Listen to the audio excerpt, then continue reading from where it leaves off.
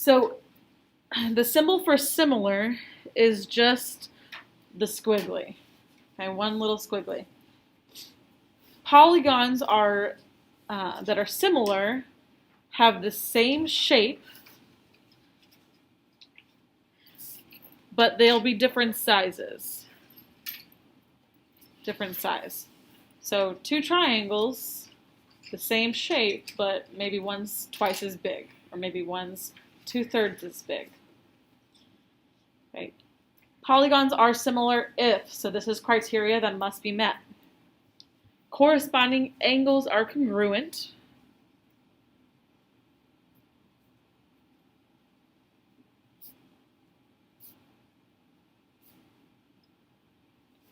Corresponding angles are congruent.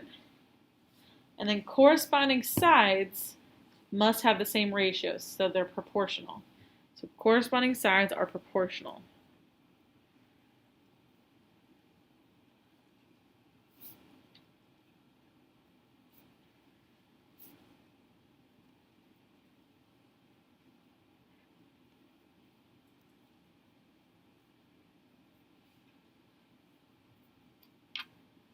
So that's why we spent last class looking at two ratios and deciding, are they proportional?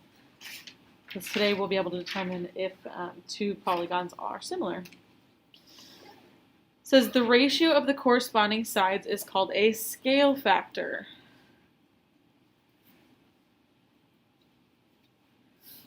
We worked with scale factor in Unit 2 when we did coordinate geometry and we looked at two rectangles and one was twice as big. We kept with a pattern. We said always new to old, right? New to old. Today order will matter again, but sometimes I'll say A to B, so whatever that ends up being, or sometimes I'll say the smaller to the larger. Whatever order it asked you for, you gotta stick with that same pattern. If polygons are similar, then their perimeters will be proportional.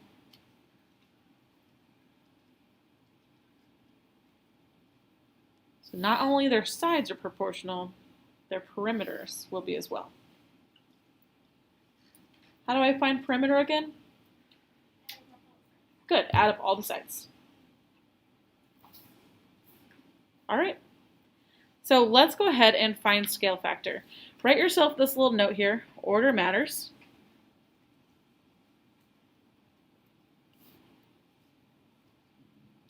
So what is the scale factor of DEF to ABC? So we're going from DEF, the big one, to the small one. So order will matter. So we can just pick any side. If I pick side 12 to start with, I'll put 12 on the top of my fraction. I notice that when I look at the sides on DEF, 12 is the smallest of the three sides. And I don't have a statement that says what's corresponding. So I'm going to go to my smaller triangle and find the smallest side. That happens to be 8. So 8 is going to go on the bottom of my fraction, or my ratio. Now remember, we must simplify. So I can divide the top and bottom both by 4. So 12 divided by 4 is 3. 8 divided by 4 is 2. So my scale factor is 3 over 2. That means my big triangle is 3 halves as big as the small one, or 1.5 times as big. Questions? Okay, so if I go from this time, let's find the scale factor from the small to the larger. I can use the same numbers, but this time, what would go on the top of my fraction? The 8. And the 12 would go on the bottom. I reduce just the same, divide by 4, so I'd get 2/3. That shows you that the smaller triangle is 2/3 the size of the larger.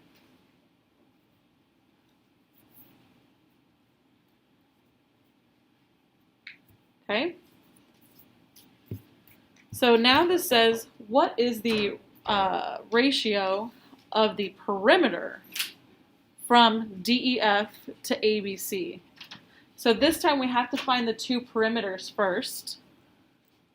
I'll be with you in just one second. So go ahead and add up those sides. So 8 plus 10 is 18, plus 18 more, 36.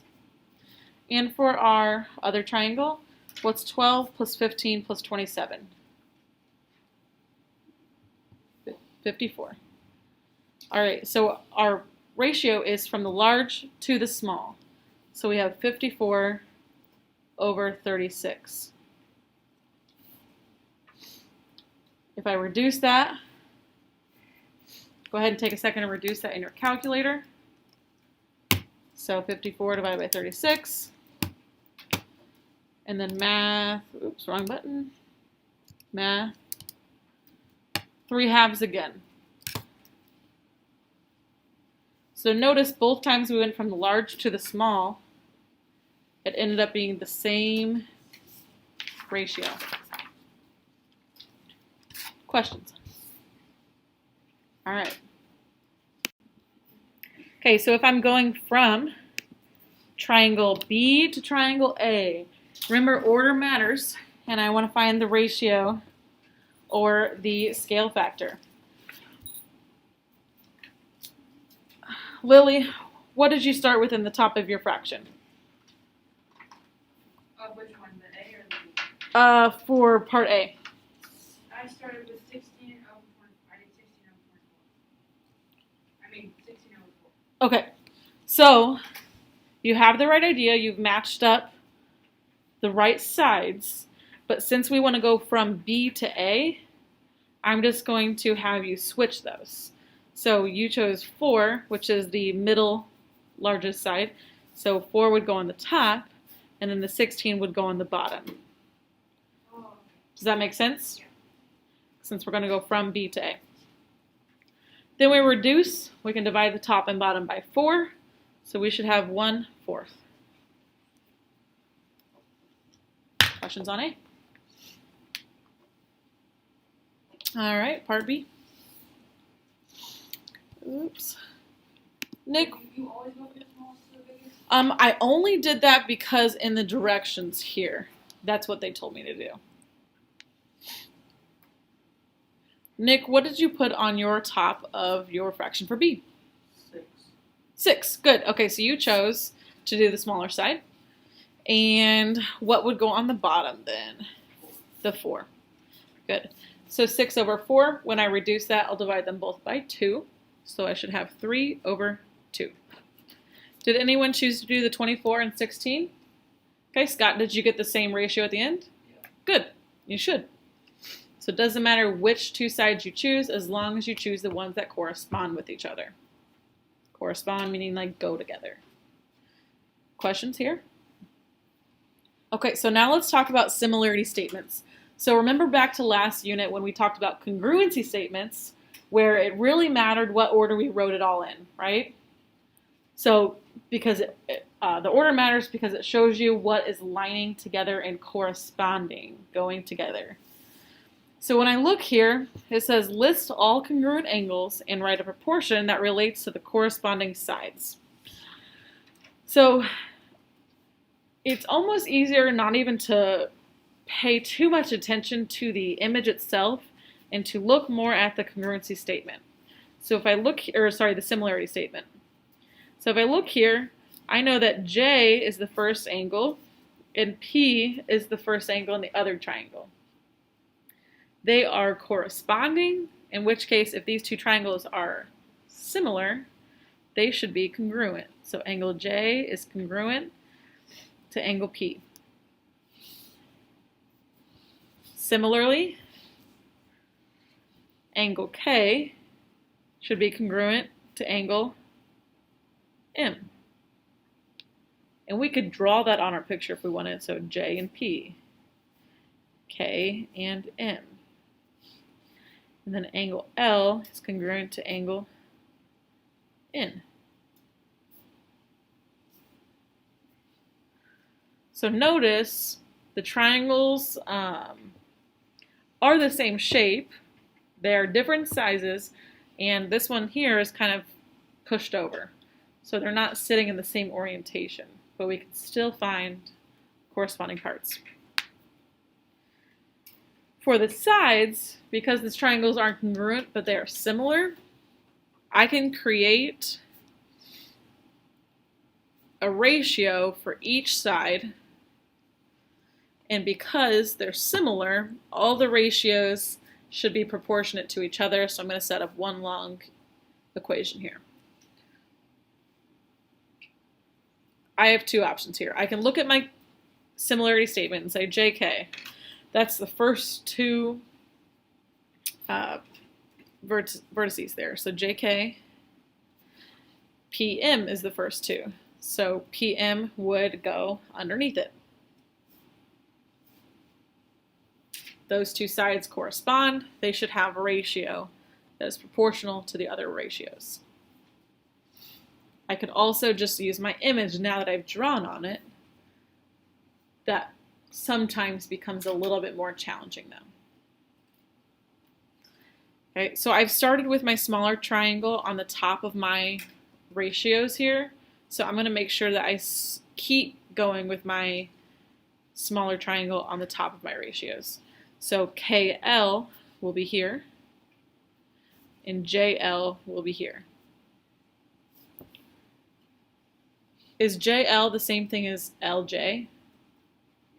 Yes. So it's okay if you had those flipped. What segment does KL correspond with? MN. Or NM. And JL corresponds with PN. Good.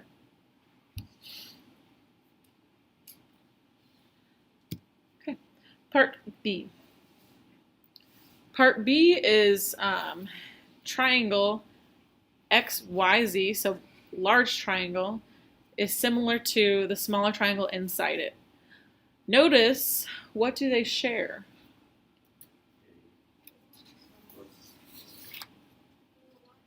Angle Y, right? So they share angle Y.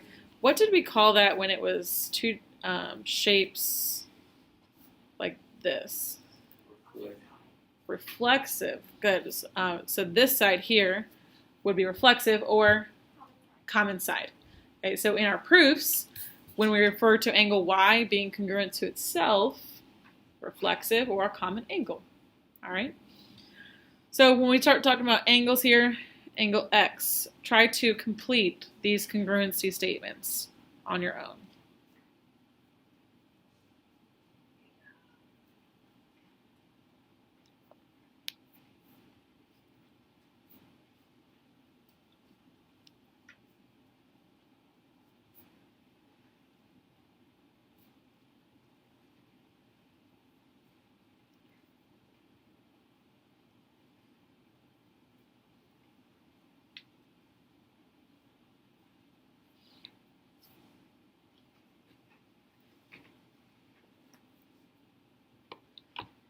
What angle is congruent to angle X? R. Very good. Angle R. So first letter, first letter. Here and here. What angle is congruent to Y? Y. Seems silly writing that, but it is a true statement. And angle Z is congruent to angle S. Now for my ratios, my proportions here, X, Y, X all the way to Y, is going to be proportional to R to Y. And I can look in my statement, XY is the first two letters, RY is the first two. So don't think too hard about these, kind of process through that statement. So RY would go here. YZ,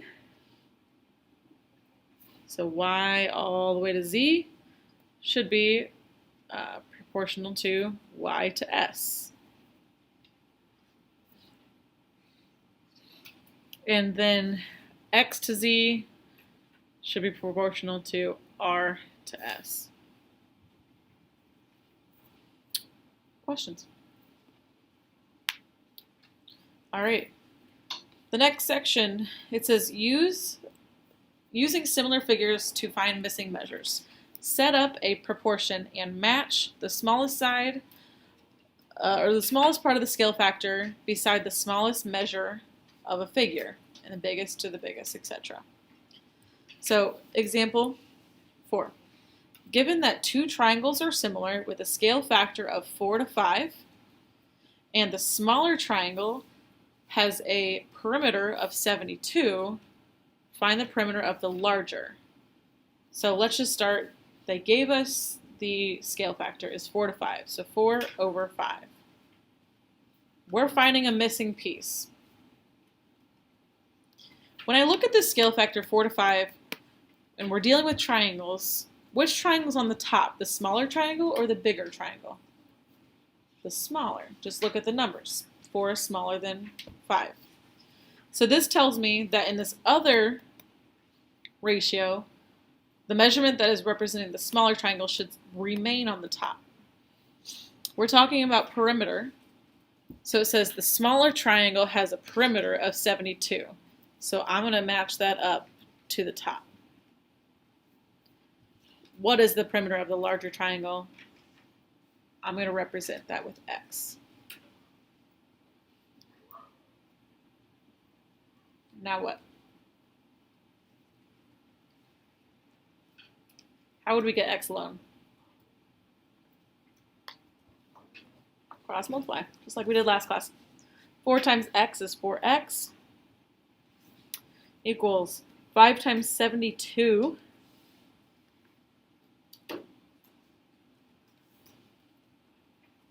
should get 360. Good. And then divide that by 4, so X equals 90. And then our measurement is centimeters. And what is 90 centimeters representing? Good, the perimeter for the larger.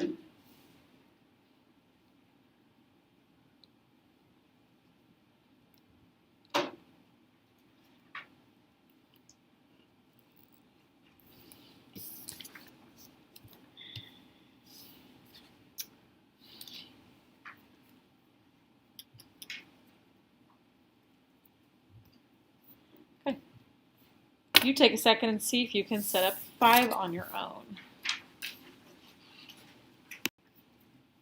Because given that two triangles are similar with a scale factor of 2 to 5, so there's our scale factor, 2 over 5. That's representing the smaller triangle on the top.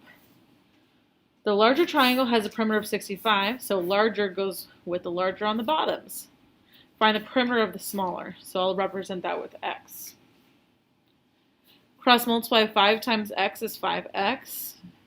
2 times 65 is 130. Divide by 5, so X equals 26 inches.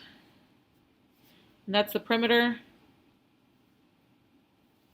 of small triangle. Questions? Okay, number 6. If the figures are similar with a scale factor of 2 to 3, find the value of X. So it's giving us the scale factor 2 to 3. Which shape should I put on top of the other fraction? Good, 42, the smaller one. Visually smaller. They did not give me a similarity statement that told me which was which, right? So I have to assume that these are drawn somewhat to scale.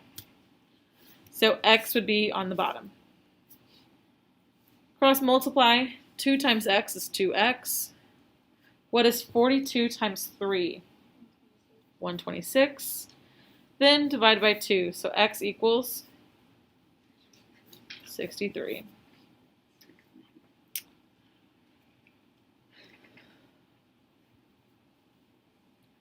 Seven. If the figures are similar with a scale factor of 6 to 5, find the value of X. So 6 is larger than 5. That means the larger figure should be on the top. So that means over here my x should be on the top, 28 on the bottom. 5 times x is 5x. What is 6 times 28? 168. Divide by 5, so x equals 33.6. It's okay that we got a decimal. No panicking. It's just a decimal. Question so far? Let's step it up a notch. So this time I'm going to give you a similarity statement, which means do not assume they're drawn to scale. Okay, I'm challenging you to use the similarity statement and the image. So when we do this first one, I'm going to go ahead and use letters and then plug in our numbers, just so you can see why we're putting numbers where. So it says, if triangle ABC is similar to triangle DEF, find the value of x.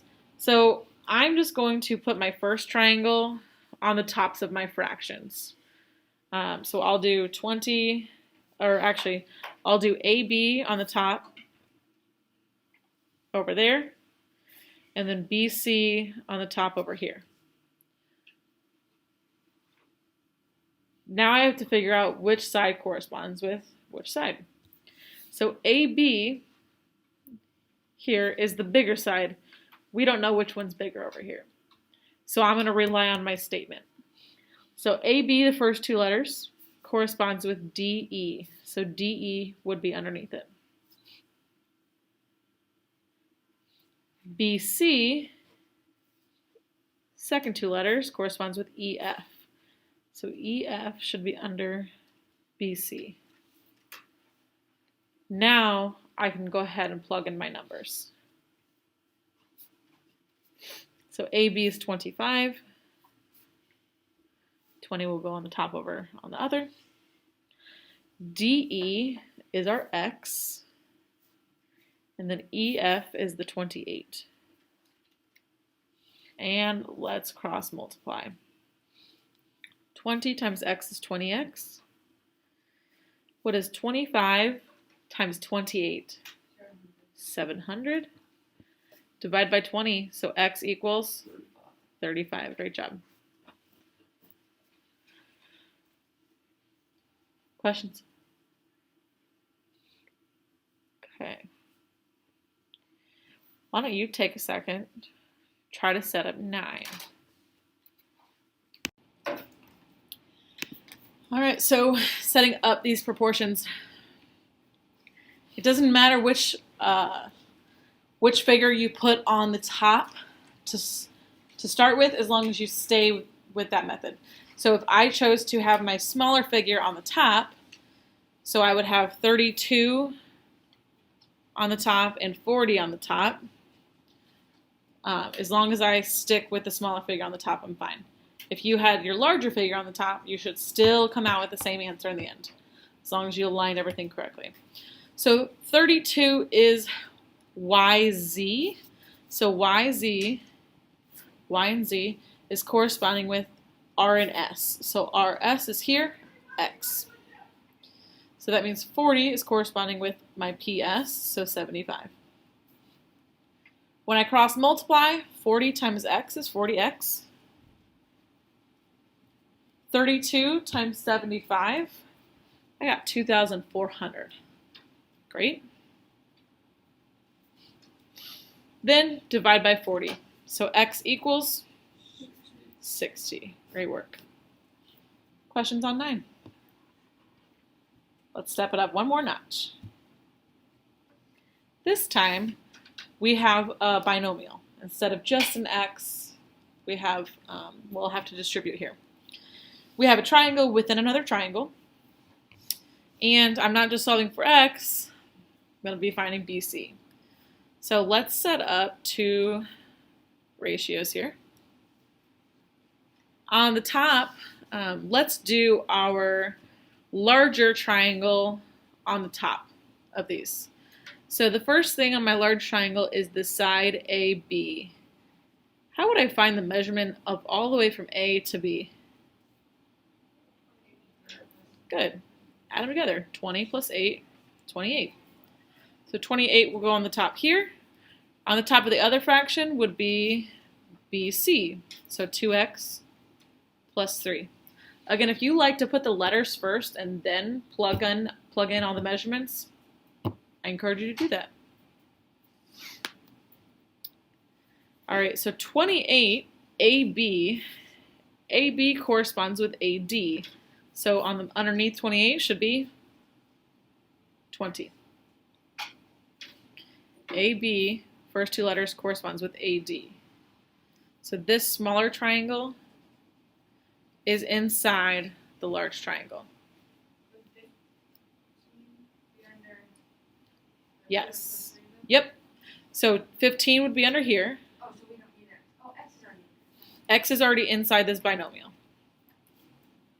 So it's kind of built in for us. So let's go ahead and cross multiply. And remember, this time we do have to distribute. So 20 times 2x plus 3 equals 28 times 15. 20 times 2x is 40x. Someone let her in, please. 20 times 3 will be 60 equals 28 times 15, 420. Combine your like terms. Subtract 60 on both sides. So 40x equals 360. Divide by 40. So x equals 9. Now if I wanted to find BC, got to plug it in. So 2 times 9 plus 3. So BC equals 21. Fantastic. So same concept as all the others above here, just stepping it up a notch with larger numbers and a binomial. Last one has two binomials.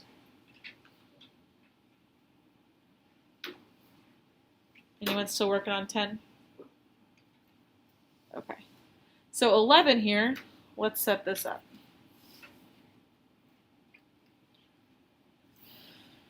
So I will go ahead, so we have triangle MNP, this triangle is similar to this one here. So I'm going to go ahead and put this triangle on the top of both of my fractions. So we have 24 and x plus 8. Now for the bottoms, I just have to make sure I'm aligning it correctly. So 24 is MP. MP is the first and the last letters. So that corresponds with QP. QP would be 28. So 28 would go underneath 24. That means 3x minus 9 should go underneath x plus 8. Cross multiply. 28 times x plus 8 equals 24 times 3x minus 9. And we distribute twice. 28 times x is 28x. What's 28 times 8? 224 equals 24 times 3x, 72x. 24 times negative 9, negative 216. Combine our like terms. I'm going to bring my x's to the right-hand side just to keep them positive. 72 minus 28, 44x. That means when I move this 216, because it's subtraction, I will add. So what's 224 plus 216? 440. Divide by 44. X equals 10. Good. What did I ask you to solve for? In R. So in R is from here all the way to here. So I'll actually have to plug it into both of these pieces. So 10 plus 8, 18. 3 times 10 minus 9, 21. So 18 plus 21. Good. NR equals 39. Questions?